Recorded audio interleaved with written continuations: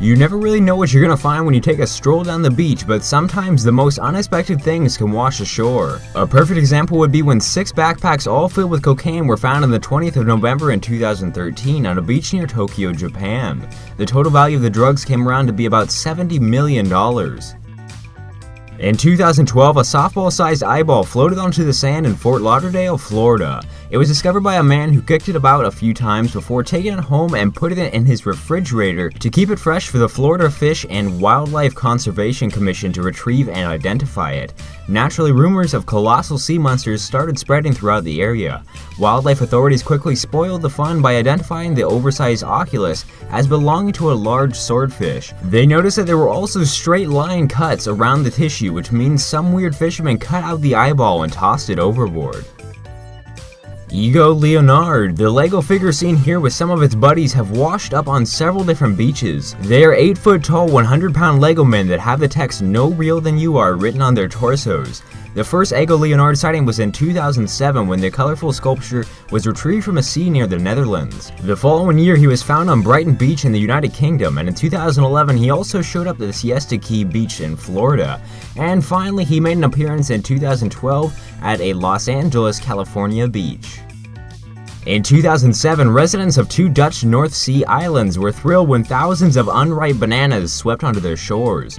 They came from a container that had fallen off a cargo ship during a storm. Crowds of banana seekers showed up to gather the fruit, and in fact there were so many bananas littering the coastline that some suggested that they donate them to a nearby zoo. A 1990 storm tossed yet another container off a ship that put 60,000 Nike shoes into the ocean. Scientists have tracked these shoes for decades in an effort to learn more about the ocean's currents. The sneakers could float for 10 years, and surprisingly, they were still wearable after 3 years. Unfortunately, not all sneakers you find on the beach are as nice. This is especially true if you live in the British Columbia or the Pacific Northwest of the United States. Since 2007, beachgoers have found at least 10 shoes with feet broken off inside of them in these areas, and 5 of them were tracked back to 4 apparently deceased individuals. The identified feet are said to belong to several missing persons, a person who committed suicide, and someone who died of natural causes. Currently, no one knows to whom the other feet belong. On November 30th, 2006, in the Outer Banks of North Carolina, there was Doritos for everyone when another cargo container overturned. Thousands of packages of chips littered more than half a mile of otherwise pristine beach. People scrambled to gather bags for themselves while seagulls scavenged for the broken bags that were already opened. In Fort Bragg, California, people used a beach as a landfill site until 1967. There were some cars, household appliances, and a ton of glass. The area was cleaned many times, but the North Coast Water Quality Board couldn't fix the problem.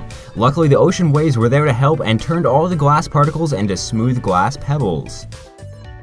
57 love letters from World War II washed up in a box on the New Jersey shoreline during the aftermath of Hurricane Sandy in 2012. All of the letters were sent from Dorothy Fallon to Len Farham between 1942 and 1947, and when they were found, it received quite a lot of national attention.